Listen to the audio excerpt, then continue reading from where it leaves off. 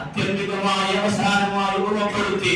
നമുക്കറിയാം വിദ്യാർത്ഥിന്റെയും പുത്തനാശയത്തിന്റെയും കടന്നുകയറ്റം പല രീതിയിൽ നമ്മളെ പിടിമുറുക്കുമ്പോ കുഞ്ഞുങ്ങളെ അഞ്ചിയെടുക്കാൻ പരുന്ത് ശ്രമം നടത്തുന്നത് പോലെ നമ്മുടെ ചെറുപ്പക്കാരെയും മക്കളെയും അഞ്ചിയെടുക്കാൻ ഇത്തരം വ്യക്തികൾ ശ്രമം നടത്തുമ്പോ നമ്മുടെ മക്കളെ നാം അത്തരത്തിൽ നിന്നൊക്കെ ശ്രദ്ധിക്കണമെന്നും ഓർമ്മപ്പെടുത്തണമെന്നും വിനീതമായി ഓർമ്മിപ്പിച്ച് ഞാൻ നിർത്തുകയാണ്. ശഅബാനിന്റെ മാസമാണ്.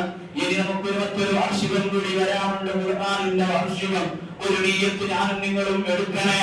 അല്ലാഹു ഒരു മാസത്തിൽ ഒരു രാത്രി ഇറക്കിയ ഖുർആനിന്റെ മഹത്വം കൊണ്ട് പവിത്രം നൽകുകയാണ്.